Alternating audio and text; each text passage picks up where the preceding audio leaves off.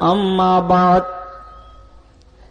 فأعوذ بالله من الشيطان الرجيم بسم الله الرحمن الرحيم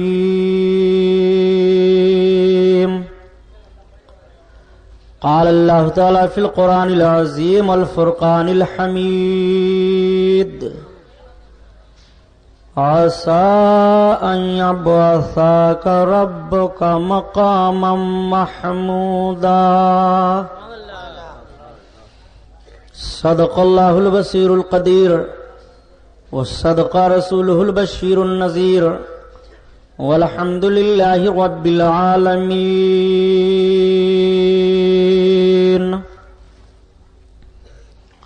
لائق صد احترام علماء اہل سنت، قابل قدر سامعین حضرات، آئیے سب سے پہلے ہم اور آپ اپنے اور ساری کائنات کے مرکز عقیدت حضور رحمت للعالمین، شفیع المذنبین، رسول گرامی وقار، محبوب پروردگار، دونوں عالم کے مالک و مختار حضور محمد الرسول اللہ صلی اللہ تعالی علیہ وسلم کے دربار پر انوار میں درود شریف کا نذرانہ پیش فرمائیں. پڑھیے بلند آواز سے اللہم صلی علی سیدنا و مولانا محمد معدن الجود والکرم وعلی آلہ وبارک وسلم. صلاۃ و سلام علیک یا رسول اللہ صلی اللہ تعالی علیہ وسلم.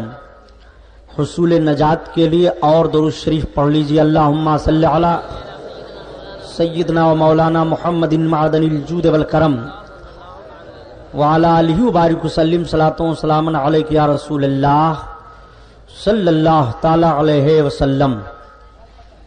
حضرات گرامی، آج کا یہ عظیم الشان رحمت و نور میں ڈوبا ہوا کانفرنس کا پروگرام، جس کی نسبت حضور سرکرنا حضور سرکار سیدنا سلطان الشہداء حضرت امام حسین رضی اللہ تعالی عنہ کی جانب ہے، اور ولی کامل شہزادہ اعلی حضرت مفتی اعظم عالم حضور مفتی اعظم ہند رحمت اللہ تعالی علیہ کی طرف ہے.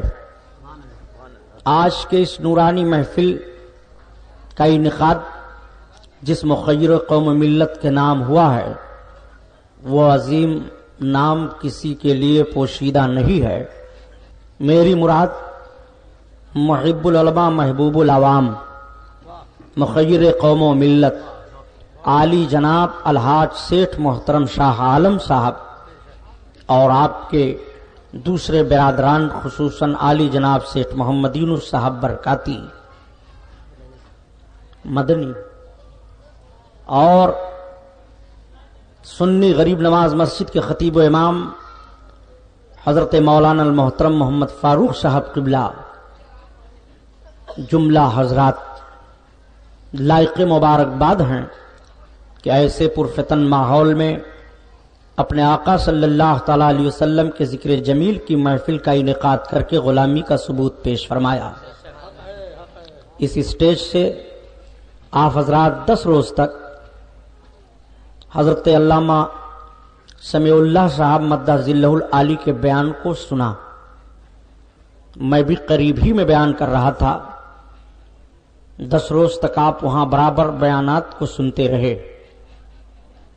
ہمارے محب گرامی عالی جناب سیٹھ عبد المجید صاحب کا پروگرام رات میں ختم ہوا، اور اس کا مکمل اختتام اس سٹیج پر انشاءاللہ ہوگا. مخیر قوم و ملت فدائے رضویت الحاج سیٹھ شاہ عالم صاحب دام اقبالہ اور حضرت علامہ فاروق صاحب قبلہ کا حکم ہوا کہ سبحانی صاحب آج آپ اپنے آقا صلی اللہ تعالی علیہ وسلم کی شفاعت پر بیان کر دیجئے. شہیدان کربلا کا ذکر جمیل ہم سنتے رہے، ہم شفاعت پر سن لیں. آج ہماری تقریر کا عنوان ہے شفاعت کبریٰ. عقیدت و احترام کے ساتھ درود کی ڈالی پیش فرمائیں، بات آگے بڑھے. صلی اللہ علیہ نبی وآلہ صلی اللہ علیہ وسلم.